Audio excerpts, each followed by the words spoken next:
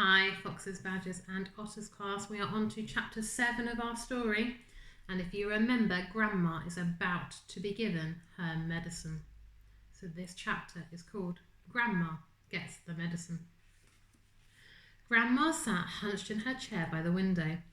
The wicked little eyes followed George closely as he crossed the room towards her. "You're late," she snapped. "I don't think I am, Grandma." "Don't interrupt me in the middle of a sentence," she shouted. "But you'd finished your sentence, Grandma." "There you go again," she cried. "Always interrupting and arguing. You really are a tiresome little boy. What's the time?" "It's exactly 11 o'clock, Grandma." "You're lying as usual. Stop talking so much and give me my medicine. Shake the bottle first, and then pour it into the spoon, and make sure it's a whole spoonful." "Are you going to gulp it all down in one go?" George asked her. "Or will you sip it?" "What I do is none of your business," the old woman said. "Fill the spoon." As George removed the cork and began very slowly to pour the thick brown stuff into the spoon, he couldn't help thinking back upon all the mad and marvellous things that had gone into the making of this crazy stuff. The shaving foam, the hair remover, the dandruff cure, the automatic washing machine powder, the flea powder for dogs, the shoe polish, the black pepper, the horseradish sauce, and all the rest of them. Not to mention the wonderful animal pills and powders and liquids. And the brown paint. "Open your mouth wide, Grandma," he said, "and I'll pop it in." She opened her small wrinkled mouth, showing disgusting pale brown teeth. "Here we go," George cried out. "Swallow it down." He pushed the spoon well into her mouth and tipped the mixture down her throat. Then he stepped back to watch the result. It was worth watching. Grandma yelled, "Owie!" and her whole body shot up, whoosh, into the air. It was exactly as though someone had pushed an electric wire through the underneath of the chair and switched on the current. Up she went like a jack-in-the-box. And she didn't come down. She stayed there, suspended in the air, about 2 feet up. Still in sitting position, but rigid now. Frozen, quivering, the eyes bulging, the hair standing straight up on end. "Is something wrong, Grandma?" George asked her politely. "Are you all right?" Suspended up there in space, the old girl was beyond speaking. The shock that George's marvellous mixture had given her must have been tremendous. You'd have thought she'd swallowed a red-hot poker the way she took off from that chair. And then she came down again with a plop back into her seat. "Call the fire brigade!" she shouted suddenly. "My stomach's on fire!" "It's just the medicine, Grandma," George said. "It's good strong stuff." "Fire!" the old woman yelled. "Fire in the basement! Get a bucket! Man the hoses! Do something quick!" "Call it, Grandma," George said, but he got a bit of a shock when he saw the smoke coming out of her mouth and out of her nostrils. Clouds of black smoke were coming out of her nose and blowing around the room. "By golly, you really are on fire," George said. "Of course I'm on fire," she yelled. "I'll be burned to a crisp. I'll be fried to a frizzle. I'll be boiled like a beetroot." George ran to the kitchen and came back with a jug of water. "Open your mouth, Grandma," he cried. He could hardly see her for the smoke, but he managed to pour half a jugful down her throat. A sizzling sound, the kind you get if you hold a hot frying pan under a cold tap, came up from deep down in Grandma's stomach. She bucked and shied and snorted. She gasped and gurgled. Spouts of water came shooting out of her, and the smoke cleared away. "The fire's out," Grandma announced proudly. "You'll be all right now, Grandma." "All right?" she yelled. "Who's all right? There's Jackie Jumpers in my tummy. There's squigglers in my belly. There's bangers in my bottom."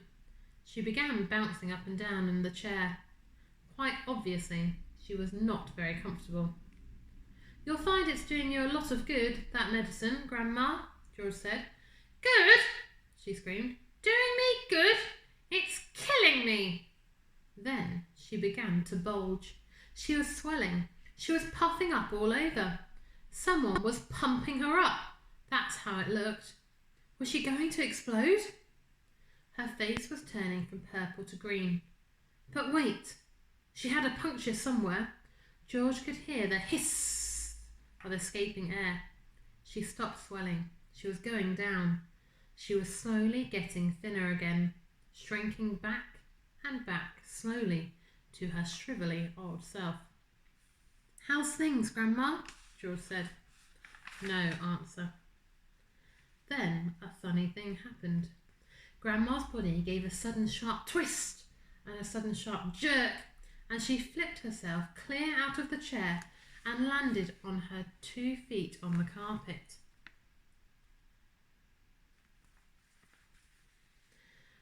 That's terrific, Grandma, George cried. You haven't stood up like that for years. Look at you. You're standing up all on your own, and you're not even using a stick. Grandma didn't hear him. The frozen pop-eyed look was back with her again now. She was miles away in another world. Marvellous medicine, George told himself. He found it fascinating to stand there watching what it was doing to her. What next, he wondered. He soon found out. Suddenly, she began to grow.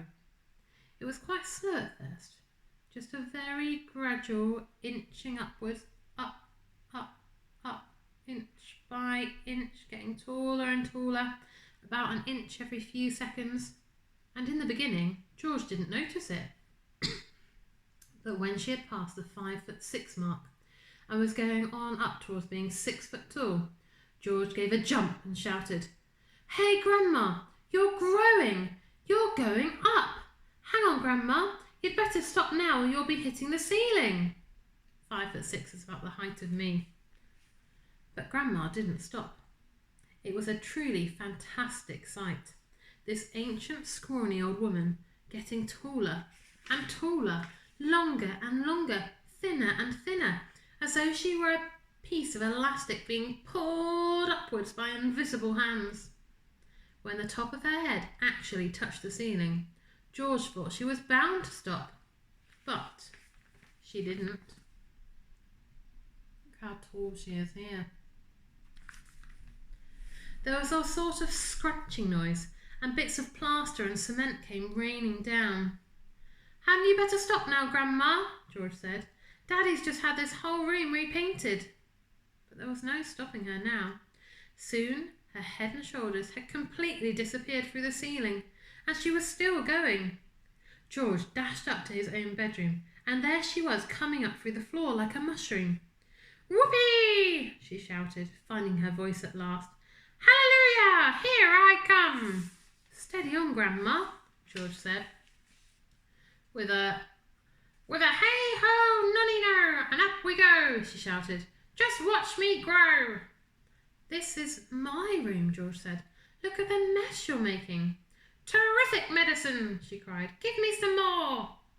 She's dotty as a donut, George thought. Come on, boy, give me some more, she yelled. Dish it out, I'm slowing down. George was still clutching the medicine bottle in one hand and the spoon in the other. Oh well, he thought, why not? He poured out a second dose and popped it into her mouth. Hey! She screamed, and up she went again. Her feet were still on the floor downstairs in the living room, but her head was moving quickly towards the ceiling of the bedroom.